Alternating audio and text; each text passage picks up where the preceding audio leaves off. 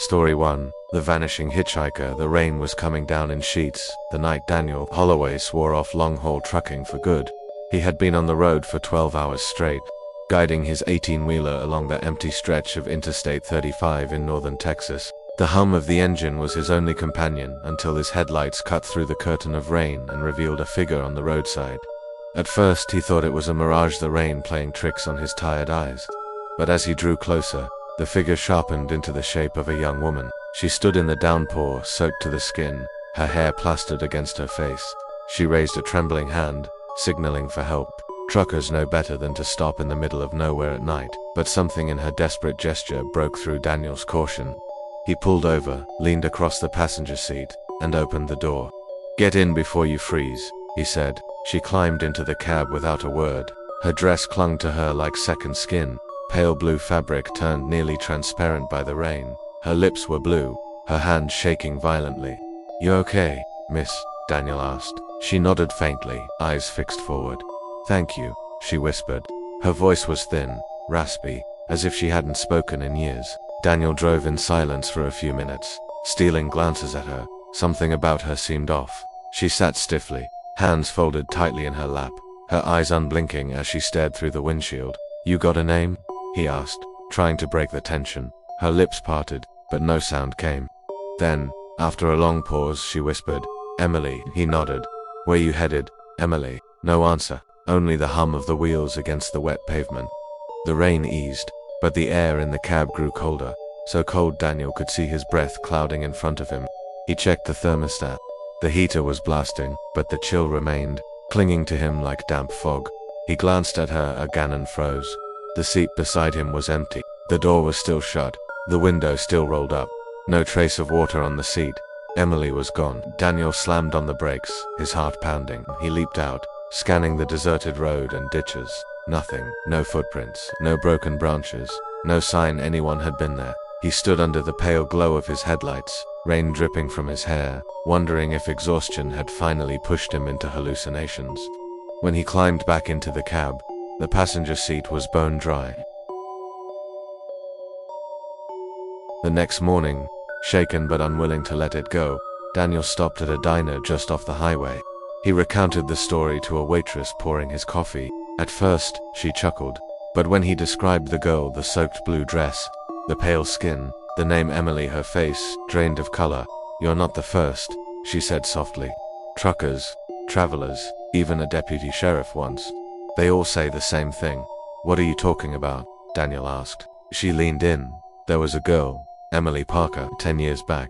She was heading home from a dance. Car broke down on the interstate. By the time anyone found her, she was..." The waitress hesitated, her voice dropping to a whisper.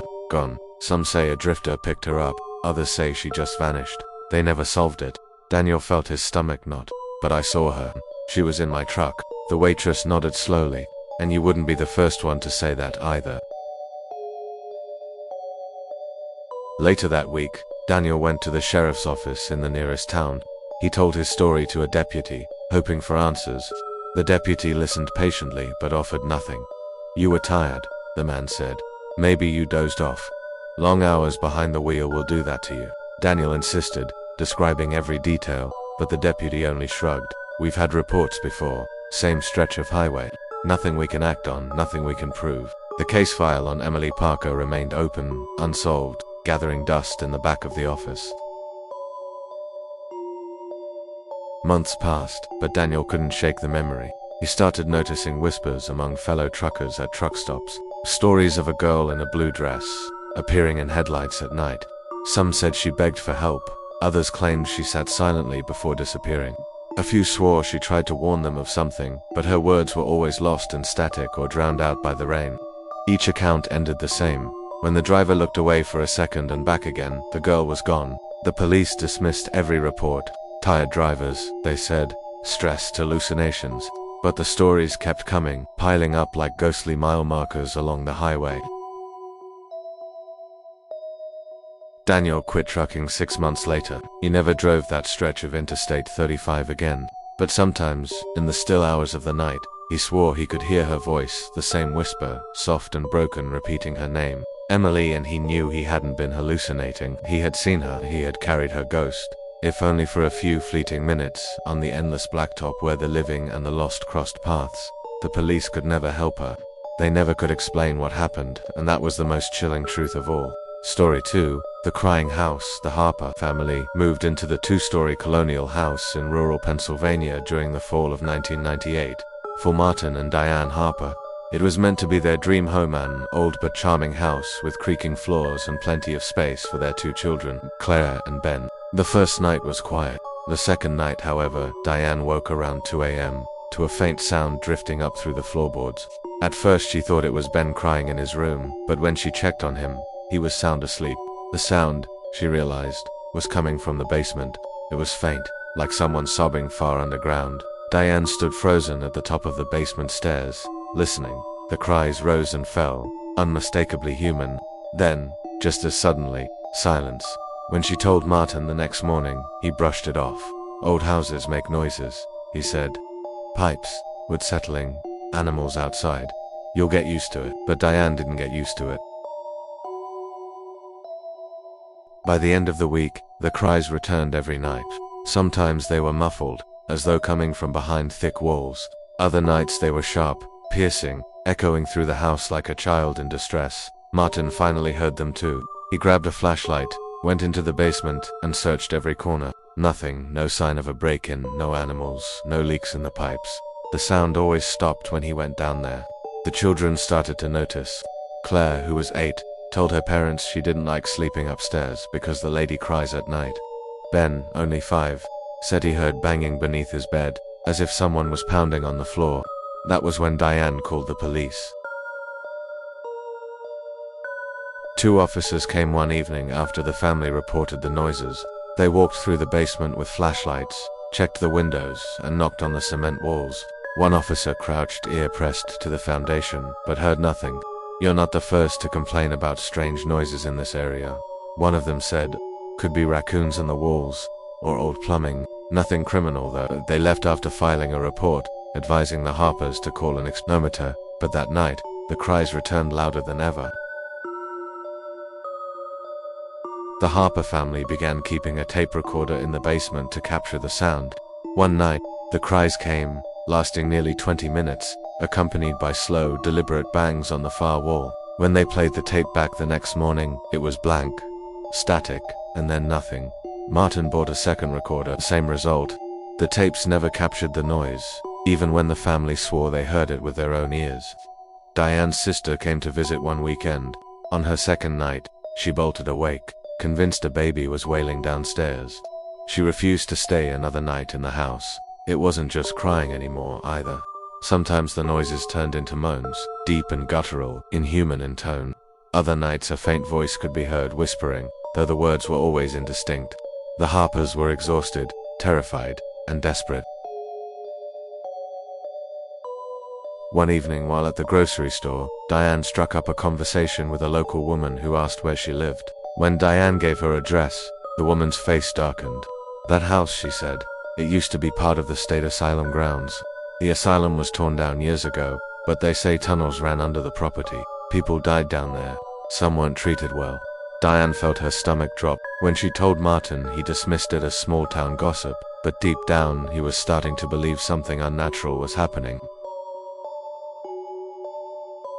The family called the police again after one particularly terrifying night. The cries had risen to a scream so loud it shook the air vents, followed by a crashing sound like chains being dragged across the basement floor. The officers arrived, searched thoroughly, and found nothing again. "There's no crime here," one said, visibly annoyed.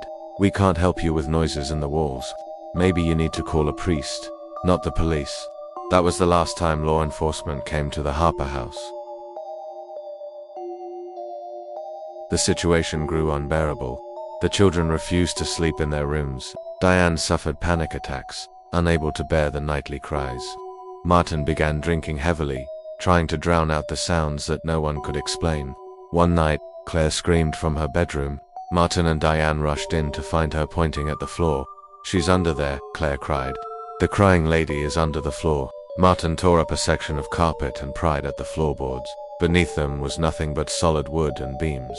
But for the first time, the cries continued while he said, "Slom, drawn-out sobs that seemed to seep up through the foundation of the house itself.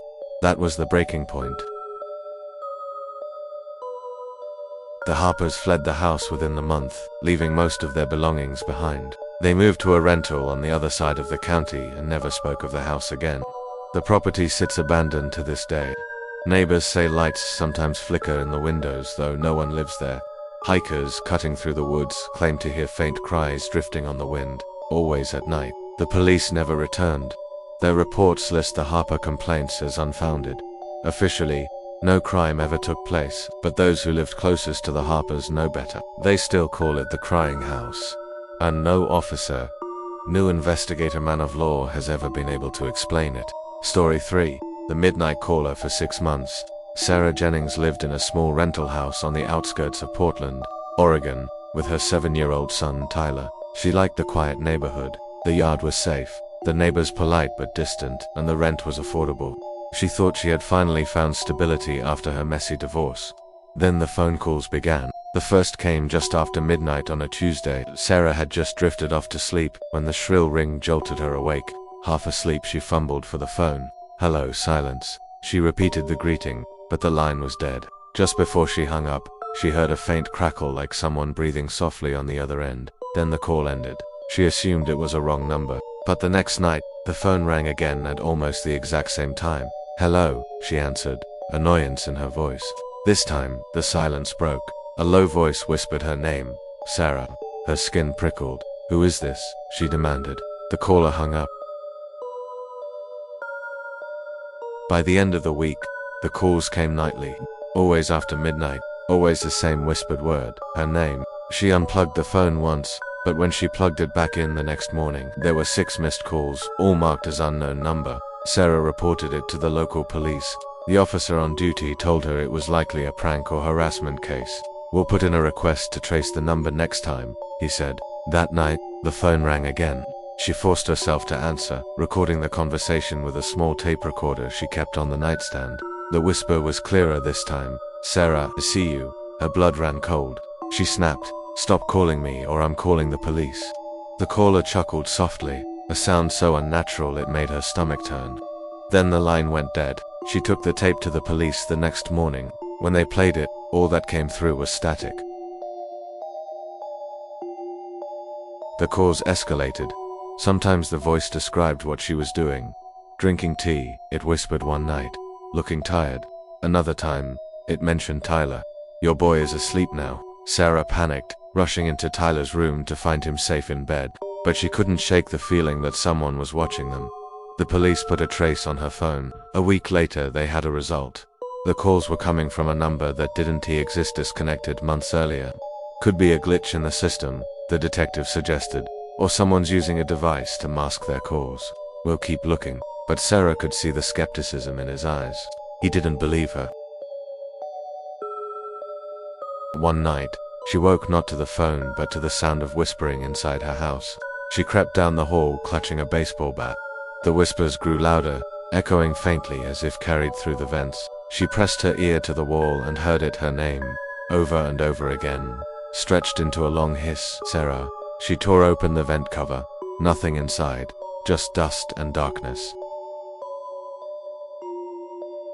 She moved the phone into her bedroom, keeping it near her bed. The next call came at 2:07 a.m. "Leave me alone," she said immediately. The voice ignored her. "Blue shirt tonight," it whispered. Sarah froze. She was wearing a blue t-shirt she had grabbed from the dresser. She slammed the phone down, trembling.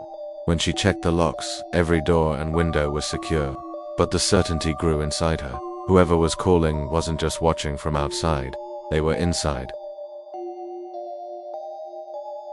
The police agreed to send an officer for a stakeout. A cruiser parked on her street overnight, lights off, but the calls still came. When she answered with the officer present, the voice said, "The policeman can't help you." The officer took the receiver, barked into the line, but there was nothing. No voice, no static, just a dead line. He left an hour later, telling Sarah he suspected pranksters with a scanner. That same night, after the cruiser pulled away, the phone rang again. This time, she didn't answer, but she heard the whisper anyway behind her, in her own living room. Tyler woke crying one night. saying a man had been standing in his doorway. Sarah searched the house top to bottom, finding nothing. Yet, when she checked the front door, the chain lock was dangling loose, though she swore she had latched it. She called the police again, begging for help. They sent a patrol, searched, and found no forced entry, no footprints, no signs anyone had been inside. They filed another report. Finally, Sarah decided to move. She packed her belongings, found a new rental across the state, and had the phone company assign her a brand new number. She felt safer, certain she had escaped. For 3 weeks, the phone stayed silent. Tyler slept peacefully. Sarah began to believe the nightmare was behind her. Then, on a stormy night in March, the phone rang. She answered without thinking. "Hello," the whisper returned, familiar and cold. "Sarah, I found you." The line went dead. To this day, Sarah lives with an unlisted number, changes homes frequently, and never answers calls she doesn't recognize. The police files on her case remain open but inactive, listed as harassment, unsolved. No stalker was ever identified, no evidence was ever found. But the calls keep coming. Story 4, The Disappearing Room. Mark and Allison. Crowley had been married for 10 years when they finally took their long-awaited trip to London. They planned to see the sights, spend a week in the city, and then tours the countryside, before returning home to Chicago. The hotel they chose wasn't glamorous, but it was charming. An old Victorian building converted into a modest inn, tucked away on a side street near Kensington. The lobby smelled faintly of polish and old books. A kind, grey-haired clerk gave them their key and directed them to room 6C. The room was small but cozy. A double bed with floral bedding, a wardrobe with squeaky doors, and faded wallpaper that peeled slightly at the corners. The only oddity was a large dark stain on the wall near the headboard, brownish, almost like water damage. The clerk assured them it was just a remnant of the building's age. Exhausted from their flight, they thought little of it. The first night was uneventful, but on the second, Allison woke to a strange sound. At first she thought it was the plumbing, but as she sat up, she realized it was something else dripping. Heavy wet drops, landing one by one. She turned on the lamp. The stain on the wall was larger, darker, and as she stared, another droplet slid down the wallpaper, fat and red. "Allison," Mark mumbled, waking. She pointed. Together they watched in horror as the stain grew, spreading across the wall. Thick liquid oozing downward. It wasn't water. It looked like blood. The smell followed seconds later, a sharp, metallic temps. Mark leapt up, grabbed the phone, and called the front desk. "Something's wrong with the room," he shouted. "Send someone up, now." But when the clerk arrived with a master key, the dripping had stopped. The wall was dry. The stain looked old again, faded and brittle. "You're both overtired," the clerk said gently. "This old building creaks and seeps. Try to get some rest." The next night, the noises started again, not dripping this time, bang. It came from behind the wall, as though someone were pounding from the other side.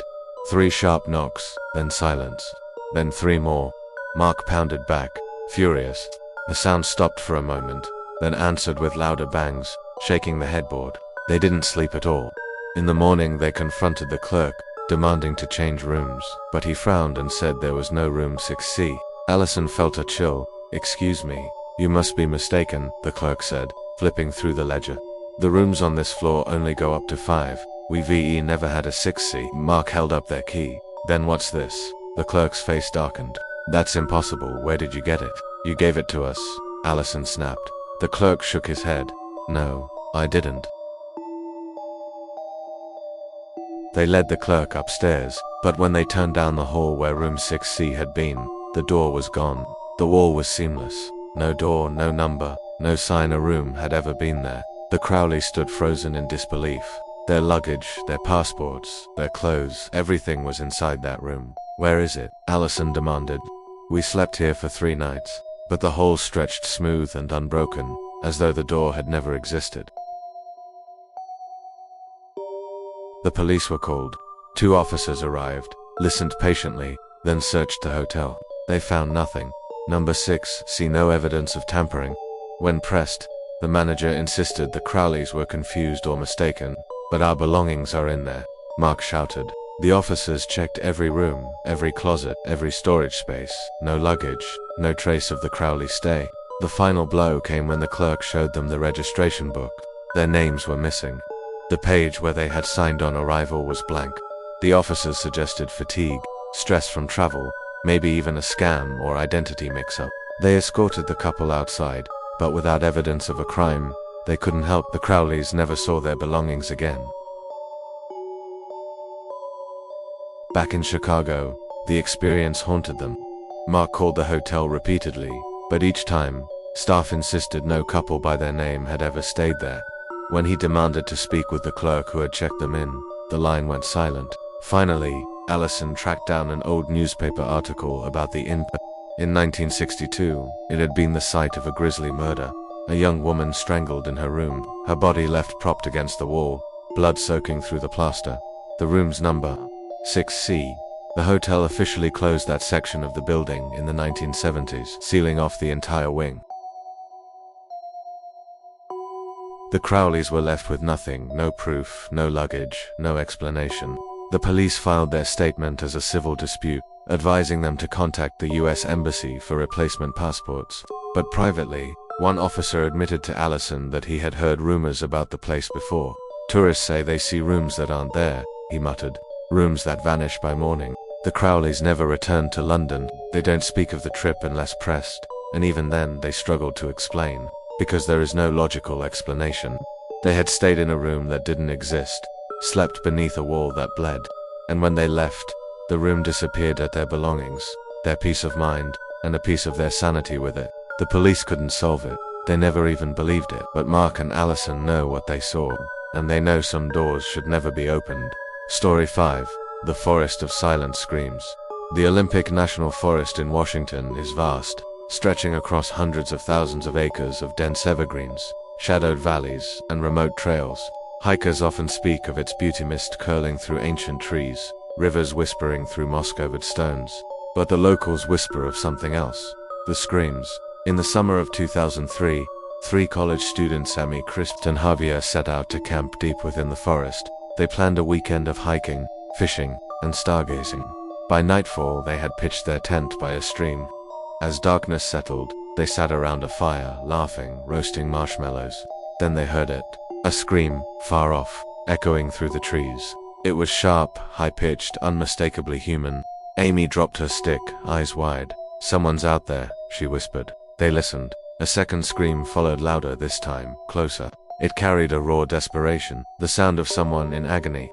Chris grabbed a flashlight. "We have to help them." But as soon as he stood, the forest fell silent. Not just quiet.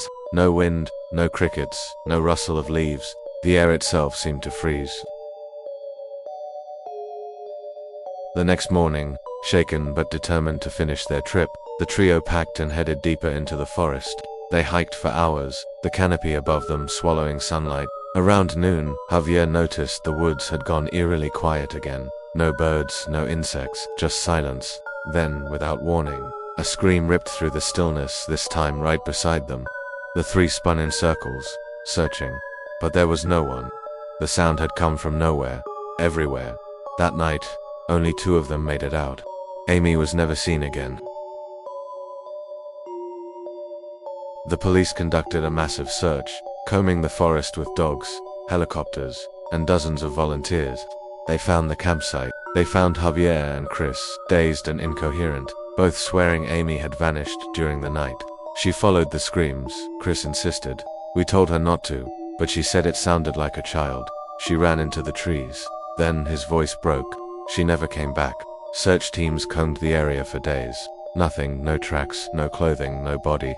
Amy had simply disappeared. The case was marked unsolved. Over the years, more reports emerged. Campers spoke of being awakened by wails echoing through the trees. Hikers described hearing voices begging for help, only to follow the sound and find nothing but emptiness. One park ranger, speaking anonymously, admitted he'd heard it himself. "It's always the same," he said. "First, a scream. Then silence so heavy it feels like the world has stopped breathing. You don't just hear, I too feel it. In your bones." The ranger added one chilling detail. Search dogs brought into the forest often refused to enter certain areas. They would growl, whimper, and back away, tails tucked, as though sensing something their handlers could not. In 2011, another disappearance occurred. A father and his teenage son set out on a weekend hike. Only the father returned. According to his statement, they heard screams on their second night, just beyond their camp. The son wanted to investigate. The father begged him not to, but the boy insisted. He said it sounded like a woman. The father told police. He said she was hurt. He walked toward the trees, and then, he was gone, like the forest swallowed him whole. The man searched until dawn, but his son never returned. Authorities launched another search, but as before, nothing was ever found. Some investigators suggested animal calls were to blame mountain lions, maybe, or owls, but locals dismissed the theory. No animal sounds like that, one resident said. And animals don't lure people into the woods, never to come back. Others believed something darker was at work, an inhuman predator mimicking human voices to draw victims into the trees. One chilling theory spread among hikers. The forest wasn't just making sounds, it was hungry. In 2017, a group of paranormal researchers visited the area armed with recorders, cameras, and motion sensors. On their second night, their equipment captured a faint wail at first, then rising into a piercing scream. The sound was followed by 30 seconds of complete silence on every device, even the wind drop. The footage was later analyzed, but no source was identified. The scream didn't match any known animal, and when slowed down, some claimed they could hear words hidden within it, fragments of please, like help me and please. The researchers left the forest shaken, their work unfinished. Today, hikers are warned never to follow the cries. Rangers advise sticking to marked trails and ignoring any voices heard after dark. Yet every year, new reports surface: screams cutting through the trees, campers vanishing without a trace. The police still list the cases as unsolved disappearances. They can't prove foul play. They can't even prove anything unnatural is happening, but those who have heard the screams know better. They describe the same pattern every time. First the cry, raw and human, then silence. A silence so complete it smothers every sound of life. And if you move toward it, if you answer the call, you might never return. Locals have a phrase, passed quietly between families who've lived near the forest for generations. Don't answer the cries. Because the cries aren't a call for help, they're a trap. And the police will never find you.